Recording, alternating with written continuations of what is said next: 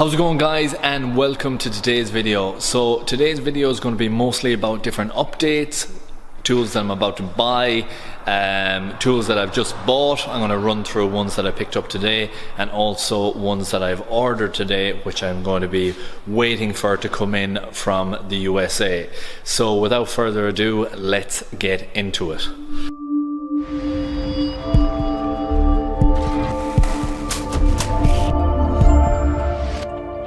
So in this video I'm going to be touching on a few different topics. I'm going to be giving you an update on new tools that I have just purchased and new tools in the workshop that I am going to purchase in the very near future. I've made some decisions on those tools today. So first of all is the tools that I have in my hand here. So I just bought these fat comb ratchets, a 1/4 inch drive and 1/2 inch drive. These are my Ting tool ratchets that I've owned for many years, and I finally decided to upgrade on my ratchets basically. So what we have here, I've done a review on this already, but I'll just breeze over it. 1/2 inch drive Ting tool, 45 tooth 8-degree increment swing, and that is the same in a smaller size. This is the older version one.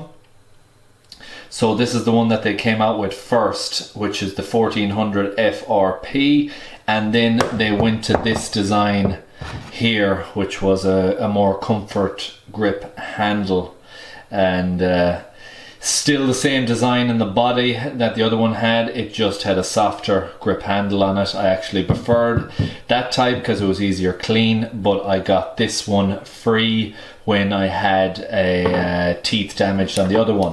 So that's those.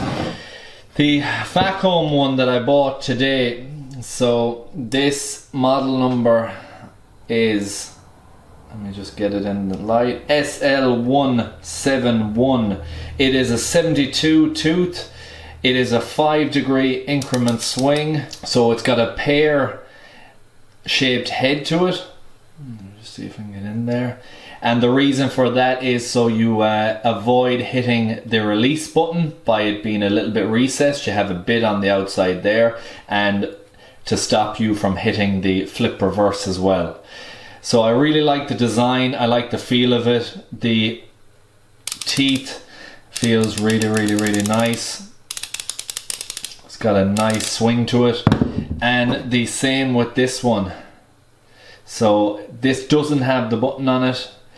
It has the flip reverse. It's a really low profile head. Again, your 5-degree swing and a really nice handle. Both have a little hook section at the bottom of them as well.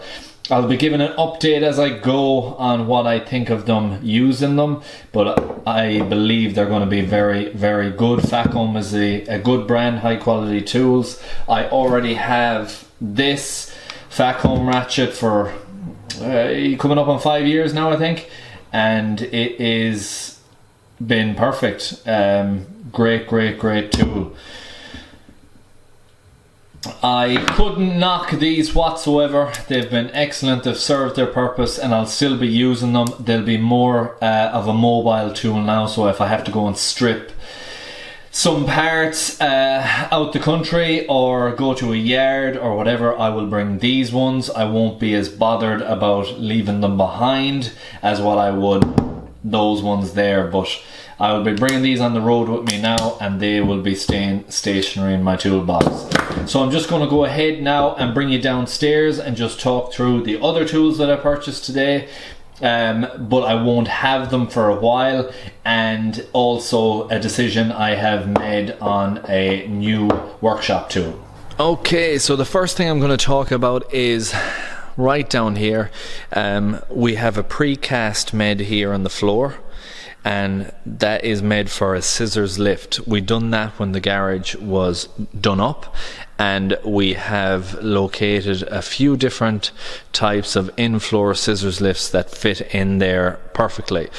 So I've decided to go down that route rather than change the 4-post lift. I was going to change the 4-post lift to a bigger one, longer one, including wheel alignment stands and jack and arm and all that. but I would still only have 2 lifts. The last few months has taught me that a 3rd lift here would be more important and worth more in the workshop than one here. Like we've had these 2 lifts taken up quite a bit where we're doing longer jobs. For example, clutch and flywheel and an Outlander, followed by a gearbox and a Golf, one after another on this lift. Brake pipes being made up on this lift, and you have a lot of wheels off, and it takes a good while, especially on longer brake pipes, to do that. We also had panel repairs on NCT fails, so under sills and under arches, panels getting pieced up and made, meaning that you have all the wheels off and you have a lot of items stripped, and that lift then is taken out of action unless you decide to put everything back together. And them jobs happened to coincide, which meant that I had to do services on the floor, and tyres and all that isn't so bad, but when you have to get down under trays and stuff like that, it just gets a little bit more annoying. So for anyone that's interested, how much is a scissors lift or what type of tons it's going to be, I believe now I'm not 100% on this yet, but I believe I'm going to go for a 3-ton full rise one. I could go for a mid-rise, but the roof can take a full rise here. It certainly could go up, we'll say 3/4 of the way, where you get underneath it at a nice height. And they range from €2,500 plus VAT, and the VAT is 23%, up to 3,500 to 4,000. Depending on what you want. Now the 2,500 one is a good lift. There is other budget ones that you can get, I believe, but that will be about the price of it. So the price of the lift will be somewhere in the region of 3.5 grand probably for that lift. So it is a lot of money, but I believe it will be very valuable for the workshop on them times that we have job there, another job to come straight in, brakes, shocks, tyres, quick service, all of that stuff. We can get in and out on this one, and it will be right beside the tyre machine as well. And it just makes it very, very easy, quick and straightforward. Another thing I didn't think of, I could do a wheel alignment on this lift as well, because we have the stands that goes on the side, so you could do a wheel alignment in that, probably no problem also. So the other 2 items that I bought, but they haven't come yet, it'll be a few weeks before I get those, is Bodywork Items. So I bought what's called a GerardBurke kit. So I have a 24-inch one, and I have a 7-piece kit as well. From reviews and items that I've been looking up online, because I haven't been happy with my sanding kit that I have here. The blocks, some of the blocks have develop holes and stuff in them where you'd be sanding and your fingers would be gripping in. I needed to upgrade on that, and I wanted to get a really, really, really good kit.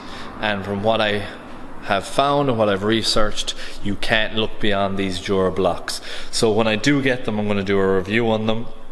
I have a door straight away in a VW that I'll be doing, which is it's wavy, so I'm going to try out these GerardBurke and see do I find it easier to get a nice smooth finish when doing filling. So I will be doing a review on that when I get that job, and I will be posting that up on my channel as well. The other item that I bought, which is also Bodywork, is Chicago pneumatic. I think it's a 6-inch orbital sander. Again, I always look at reviews, and I always look at professionals in the industry that are already using them and are leaving feedback, and again, this has got left good feedback. I think it's got a 5mm throw, which means that it only has a very minimal amount of spin that's on it sideways, and will be for more finer finish jobs. I'll be able to use that, and it should be an excellent addition to our body side. That is pretty much that for now. I'm going to show you the countertop. I have it completely finished. I gave an update on it the last time I was in, but I have the posters and all put up now since. And this is our finished countertop in here. I've got the snap frames put up with promotional posters. I've got my business cards there. So just before I get out of here for the evening, I want to say a big thank you to all my subscribers, the likes, the comments, the support that has been shown. It has been massive since I started the channel, but it has increased. If you're a new subscriber, welcome to my channel. I hope you are active, and I hope you comment and post up whenever I put up a video, your comments or your thoughts on that. I really enjoy active subscribers. Makes it more personal feel to all these vlogs that I'm doing here. So with that said, I'm coming up on 7,000 subscribers now. It is no length ago when I was on 2. I posted an update on that, and it has rocketed since. My channel has 2.5 million views, which is insane, and it continues to grow and grow. So I really hope you enjoy these videos. I hope you've found information on my channel that you have found useful.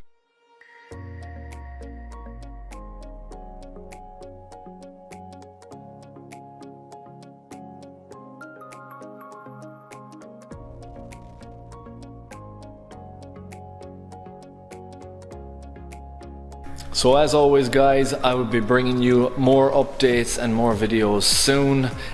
When I get this lift installed behind me here, I will be sure to update.